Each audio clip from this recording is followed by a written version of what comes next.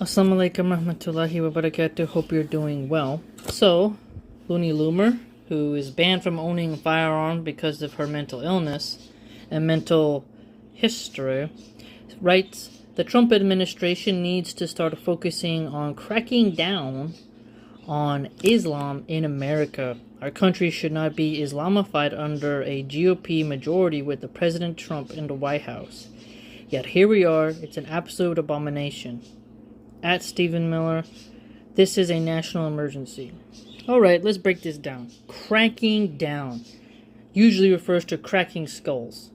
So, a crackdown is something where a jackboot comes and puts their boot on the back of your neck and presses your face into the concrete.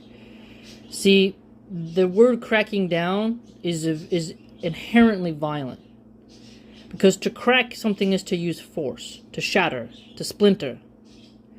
Now, how are you going to do that to us Muslims? Were you going to come to me, I'm pushing my baby stroller, and my children are playing in the sandbox at the playground, you're going to walk up with a soldiered out guy, and he's going to grab my Muslim clothing and tell me I can't have it, and rip it off my head, and take part of my hair with it, as he yanks from my skull?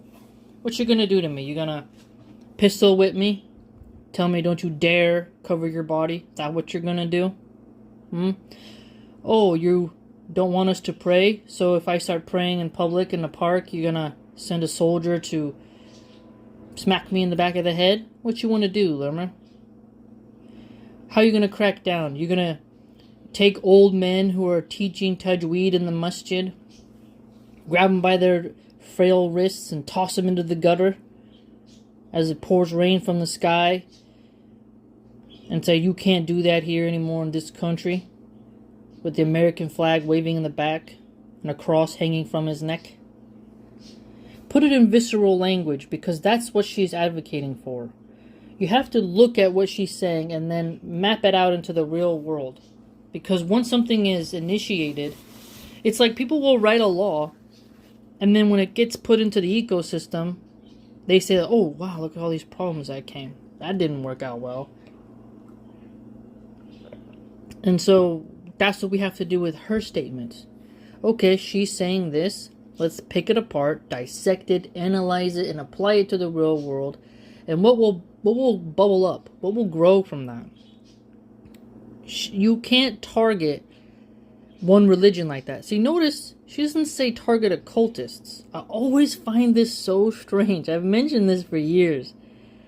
Occultists who do super creepy things, who have really dark rituals, that used to be persecuted by Christians. Salem witch trials, all that. And even Monty Python made some comedy concerning that. But they don't really focus on actual evil. She wants to crack down on Islam because she's afraid that Muslims won't go die fighting Iran. Because her tribe, her people, her faith, they want to go march into Iran, take it over. They want to expand to the greater Is Not Real project. She needs more Christians to enlist. She knows, on a deeper level, I assume, that Muslims are not going to be like, sure, yeah, let me go kill my fellows in war so that you can have territory that once belonged to fellow believers, right? So that's why she wants Islam to be cracked down, because Muslims are getting in the way of her warmongering. She's childless. She's not going to have a flag returned to her. You have to remember that.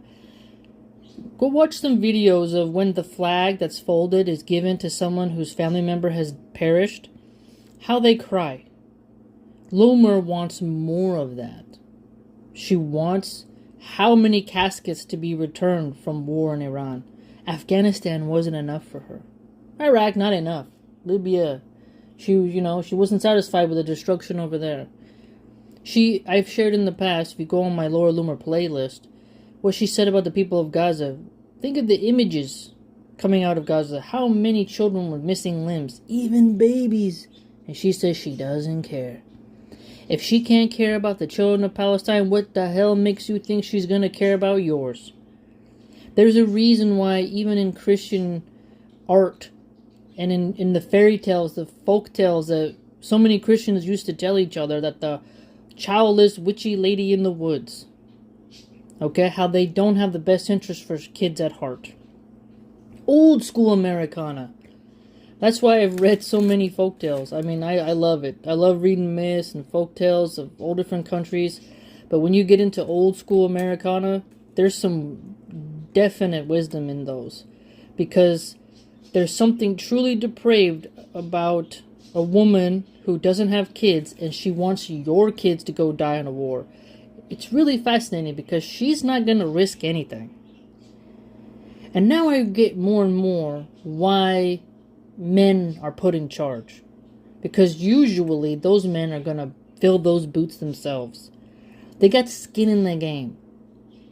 They got skin in the game. Loomer has no skin in the game.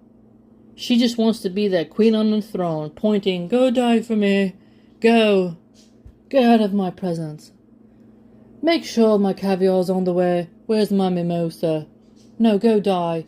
Go die, that's where you belong. Ew, get away from me, peasant." That's how she is. She writes further here, our country should not be Islamified under a GOP majority. What does Islamified mean? Really think about that. Women covering their hair? Not dressing like skanks? Remember, if you go look up Laura Loomer in Milahan, where he was in I think it was a tub of pig's blood, but it was, even if it was fake blood, he wanted it to look like blood, and he's rubbing blood all over himself. Okay? And that is really strange. That's okay for her, right? So a gay twink is rubbing blood all over himself in a bathtub, and she likes it, and she's smiling with her creepy smile in the image. That's okay. But oh my gosh, a woman is not showing her hair and cleavage and camel toe? Oh my, the world is ending. What's this world coming to? Meanwhile, how many strip clubs exist? Meanwhile, how many women are literally walking the streets selling themselves for drugs? Islam says don't gamble. Don't use drugs. Be modest. Get married. Respect your parents. Honor your husband and wife. Take care of your wife. You have duties in marriage. Make sure you have intimacy with your spouse because it's a right. Think about it. Remember the two angels hadith about how the angels will even curse at you if your husband goes to bed angry because you didn't give him a little sugar. Reminding wives that intimacy is very important and that you are coverings for one another. It also gives men the right to have more than one woman and not be strapped in oppressive monogamy. Again, gives men the choice and with the responsibility that if you don't treat them right, you're going to come crooked on the day of judgment. You will be held accountable for the way in which you treated your wives. So, and also, everyone's going to be held accountable for their actions, period. So accountability is a huge factor in Islam. You're not going to escape Allah's wrath. You will not escape His reward. He is the most wise, full in accounting. Okay? Everything will be requited. You will be granted your record, and you'll be rewarded according to your record. Everything is preserved. Everything is known to Allah subhanahu wa ta'ala. Rugged, raw accountability. That's what Islamification actually means. And large families. Large, wonderful, beautiful families. Inshallah. That's a beautiful thing. And says, yet here we are. It's an absolute abomination. This is a national emergency. So she's calling Muslims an abomination. Modesty of Islam's abomination. Women not selling themselves for cash in Los Angeles for fentanyl is an abomination. Okay. A national emergency is the language of you gotta get the military involved. You gotta use the military to oppress people because of their religion. First Amendment, anyone? If you took out Muslim and put in Jew, her brain would turn into just pure jello. She wouldn't be able to handle it. And I think that's why the founding fathers were like, listen, we're trying to avoid the problems of Europe with sectarian Christian violence. So let's start a new colony here, and let's do something different. Again, Muslims are a minority. They're freaking out about a 2-minute adhan. I like the church bells, especially in the winter, because I have a very goth mindset. You know, a Tim Burton universe within my brain. And I like when the crows are cawing, the rain is gray, and you hear church bells, and there's the autumn leaves on the ground. It's just so gray and gloomy, and I love it. I'm not somebody who likes the brightness of summer or the pink flowers of spring. I enjoy the gloomy time of autumn and winter a lot. Just how I am. And the church bells add an aura to the whole community because it's just raw, and I like it. If the adhan was played, that would work great too, but that makes me feel love and it's time to pray. It's so wonderful, so spiritual. But the bells bring on a different vibe, like a more gloomy vibe. Except for when there's a wedding. I mean, I did cry a couple of times. I got some tear in my eyes when there was a local Catholic church and they rung the bells for a wedding, and I saw the couple kissing, and I was just so happy that they found their love. I hope they stay together, but it was just... I like seeing people get married. I wish they'd convert to Islam, obviously. And the women who were the bridesmaids kind of were dressed like whores, in my opinion. Like, they look like they were going to a nightclub. They can't even put their boobs away in a church and, you know, make at least the skirt go to the knees. No, it's like barely covering their butts and skin tight. Ugh. In a church, even. Ugh. But it was still beautiful hearing the bells ring for a wedding, you know. And it's adorable. So I don't mind the bells. And I once called, wallahi, I swear by Allah, I didn't hear the bells ring once. And I called that local church and was like, is something wrong with the bells?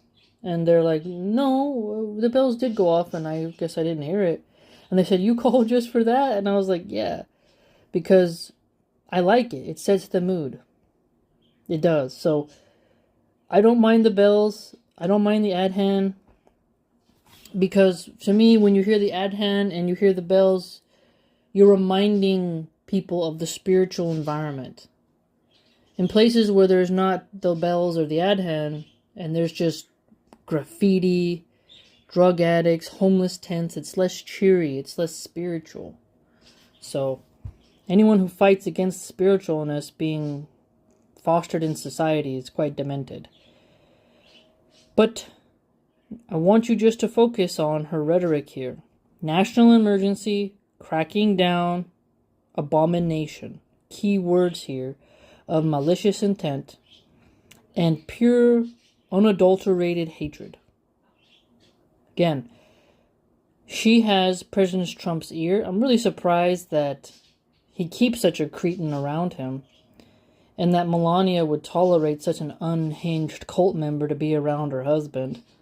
But she's obsessed with us Muslims. Maybe one day I can have when I become more knowledgeable in Islam, I study all the time. But maybe in like 10 years or something, when I'm, inshallah, more wise by the permission of Allah, I could sit down and have a live, unedited conversation with her, like 3-4 hours long, take an intermission break to use the bathroom, and just go to town. Just tear apart her ideas. It would be glorious, I think, inshallah. Because it's important for Muslim women to refute this lady. A lot of sisters are doing makeup tutorials and their Dubai vlogs and whatever else.